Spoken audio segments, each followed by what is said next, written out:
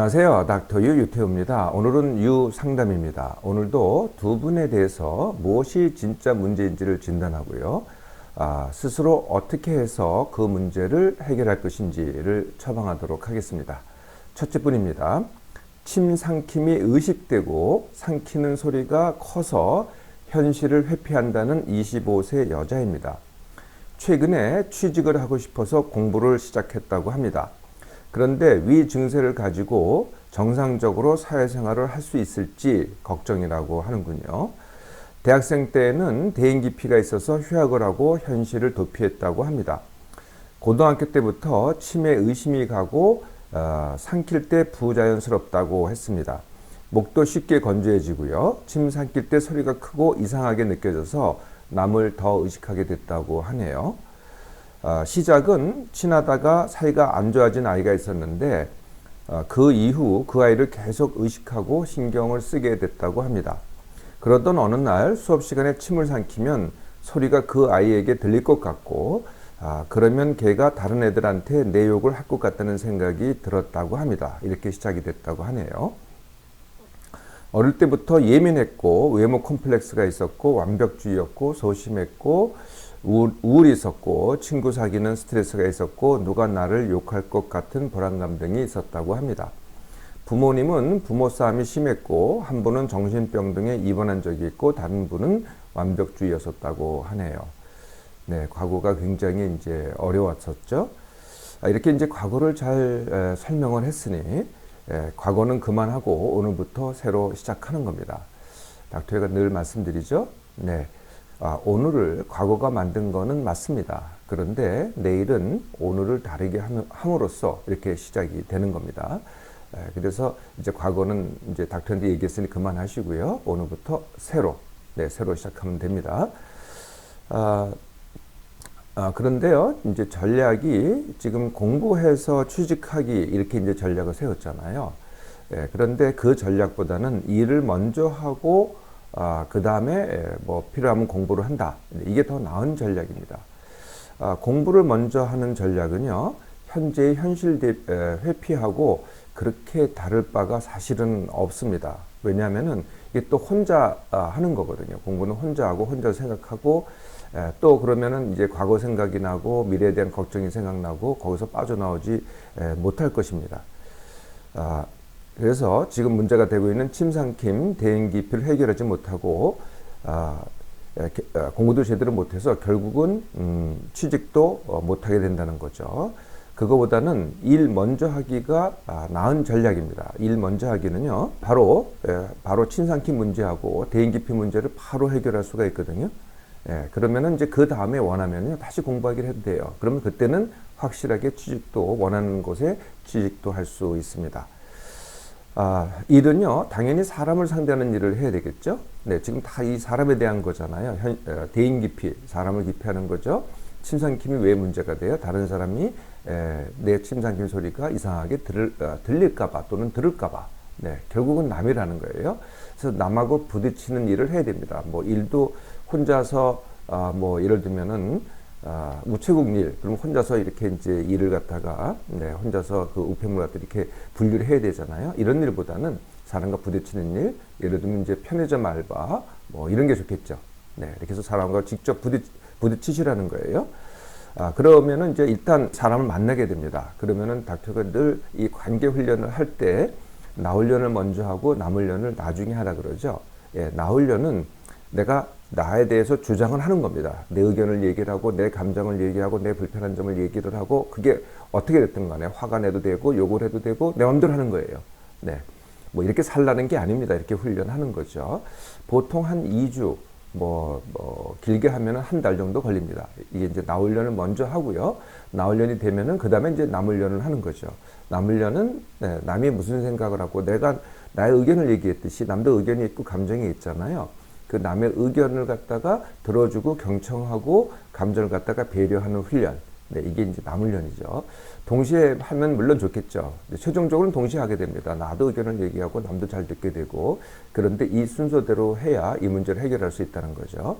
네, 그래서 이제 나 훈련을 하잖아요. 그래서 이제 처음부터 이제 침 삼키면 어떻게 하느냐? 남한테 드러내야 됩니다. 나 침 삼킨 문제가 있어. 이게 어색하고 소리가 많이 들려. 라고 드러내는 거죠. 이걸 갖다 감추는 게 아니고요. 그러면 남들이 이상하게 생각하거나 지적하거나 욕하더라도요. 그냥 그대로 훈련을 하는 거죠. 자꾸 이렇게 드러낼수록 어떻게 되겠어요? 네, 그러면은 목의 긴장, 횟수, 소리가 점점 줄어들게 됩니다. 이렇게 훈련하는 거죠. 그러니까 나훈련이 끝날 때쯤 되면은 침 삼킨 문제는 거의 해결을 하게 됩니다.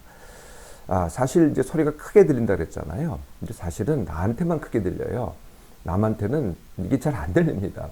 나는 이제 소리가 이렇게 전달이 돼요. 이게 이제 내 조직을 통해서 또는 뼈를 통해서 귀로 전달이 되거든요. 그래서 나한테만 사실은 크게 들리는 겁니다. 자, 바로 시작해 보시기 바라고요. 둘째뿐입니다. 학교 안 가고 자해를 하며 여친의 영향을 너무 받는 예비 고1 아들 때문에 힘든 44세 여자 직장인입니다. 며칠에 한 번씩 아들이 며칠에 한 번씩 밤에 울면서 자해를 한다고 합니다. 팔에 상처를 여러 번 냈고 얼굴에도 상처를 낸 적이 있다고 하네요. 학교를 무단 결석하거나 수업을 무단으로 빠지고요. 시험을 결석해서 사회서를 적어서 낸 적도 있다고 합니다. 낮과 밤의 생활이 바뀌어 있고 핸드폰만 끼고 살고 있으면서 친구도 없고 여친과만 교류를 한다고 하네요. 헬스클럽도 둘이 같이 가고 고등학교를 갔다가 여친이 선택한 고등학교를 갔다가 고집을 해서 선택을 했다고 합니다. 엄마한테는 마음을 닫은 것 같고 묻는 말에 무성의하게 대답을 하거나 버럭 화를 낸다고 하네요. 엄마 마음은 급한데 답답하고 힘들다고 합니다. 네, 굉장히 힘든 상황이죠. 여기서 이제 아들의 문제가 있고 엄마의 문제가 있습니다. 아들의 문제만 해결되면 엄마의 문제가 당연히 해결되겠죠. 근데 순서를 바꿔야 됩니다. 엄마의 문제를 먼저 해결하고 아들의 문제를 아니면 동시에 일단 엄마의 문제부터 해결해야 된다는 거죠. 엄마의 문제는 뭐겠어요? 네, 엄마가 애가 정상적으로 생활을 해야 되겠는데 또 이렇게 시간이 늦으면은 남들은 다 공부를 하고 제때 학교를 가는데 또 이제 조금 더 준비를 해서 시기를 놓치면은 대학을 못 가는데 이게 이제 엄마의 급한 마음이 되겠죠. 네, 이게 이제 엄마의 문제입니다. 급하고 답답하고 힘든 것, 이게 엄마의 문제죠. 이는 어떻게 해결하느냐? 엄마가 아들을 있는 그대로 받아들이는 겁니다. 아들이 힘들어요. 어떤 이유든 간에 행동이 이래요. 습관이 나빠요. 이걸 그대로 받아들이는 거죠. 그리고 그 아들의 입장에서 생각을 하는 겁니다. 이렇게 생각하면 그래도 쉽게 풀 수가 있습니다. 아들이 힘들구나. 네. 사실 자해라는 게요. 자해가 이제 원인 같잖아요. 근데 자해가 원인이 아니고 결과입니다. 그러니까 내가 아들이 힘들어요. 힘든데 그거에 이제 힘들다 그거 갖다가 끊어내는 방법이 자해라는 거예요. 그렇다고 이제 자살하고는 다르죠. 네. 또 이게 너무 심해지면은요, 자살 성향도 보일 수 있는데요. 자해는 사실은 자살하고는 다릅니다. 하여튼 자해를 해결하려고 할 게 아니라 자해를 일으키는 원인을 해결해야 되겠죠. 그게 이제 아들의 힘듦입니다. 그래서 내 아들이 또래와 같지 않음을 받아들이고, 둘째, 학업에서 또래보다 늦을 수도 있다. 이것도 받아들이고요. 셋째, 여친을 이제 보통 이렇게 얘기하잖아요. 아들이 잘못된 방향으로 가면은 친구를 잘못 사귀어서 그렇다. 또 이 경우에는 이제 여친을 잘못 사귀어서 그렇다라고 얘기할 수 있겠죠. 그렇게 생각하면은 이제 굉장한 갈등이 또 시작되는 겁니다. 그래서 지금 아들이 그래도 견딜 수 있는 게 여친이거든요. 학업에서 힘들어요. 관계에서 힘들어요. 그런데 그것을 견디게 하는 게 그래도 여친이라는 겁니다. 그래서 그걸 문제의 원인으로 보지 말라는 거죠. 그래서 그것이 이제 아들의 한 부분으로 보면 됩니다. 자, 이 아들의 문제는 이제 결국은요, 시간의 문제이긴 합니다. 그래서 이제 아들이 스스로 해결해 나갈 겁니다. 근데 그렇지만은 시간이 많이 걸리고, 고통이 따르게 되겠죠. 네. 그래서 어떻게 하면 되겠는가? 아들이 도움을 청하면은 그것이 빨리 됩니다. 결국은 해결하겠지만은, 네, 빨리 해결이 되고, 또 쉽게 해결이 되고, 고통이 줄어들게 되겠죠. 아들이 이제 도움을 청하는 방법이 이제 크게 세 가지가 있을 것 같아요. 가장 이제 쉽게 하는 방법이 학교의 상담 선생님을 찾는 겁니다. 이제 학교마다 상담 선생님이 반드시 있어요. 네, 일단 상담 선생님부터 찾기 시작하면은 상담 선생님이 스스로 해결을 하시든지 아니면은 그 다음 단계로 의뢰를 하든지 이렇게 해서 시작을 할 수 있을 겁니다. 네, 이거를 거부를 한다. 그러면은 이제 지금 엄마가 닥터한테 이렇게 유상담을 신청을 했잖아요.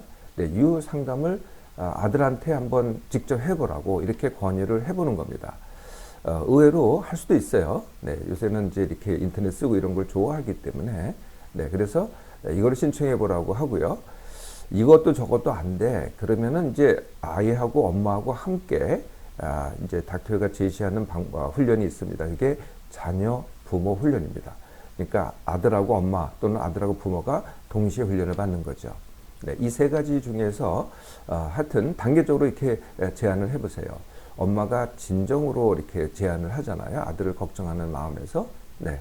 아까 이제 아들을 받아들이고 시작을 해야 됩니다. 아들을 안 받아들이고 답답하다, 급하다, 왜 그러냐 이런 마음으로 시작하면 아들이 안 받아들여요. 그냥 싸움밖에 안 되는 거죠. 네, 진정한 마음으로 한번 제안을 해보세요. 아들이 응하기만 하면은 더 빨리 문제를 해결할 수 있습니다. 이렇게 이제 많이들 힘드시죠? 네, 이렇게 힘들 때 이 질문을 항상 해보세요. 이런 상황에서 내가 어떻게 하면은 쉽게 하지? 네, 되게 이렇게 막막하잖아요. 예, 그래도 자꾸 반복해서 이렇게 질문을 해보세요. 반드시 답이 나오고요. 그러면은 쉽게 할 수 있고 결국은 한 번밖에 못 사는 내 몸, 마음, 삶 많이 즐길 수 있게 됩니다.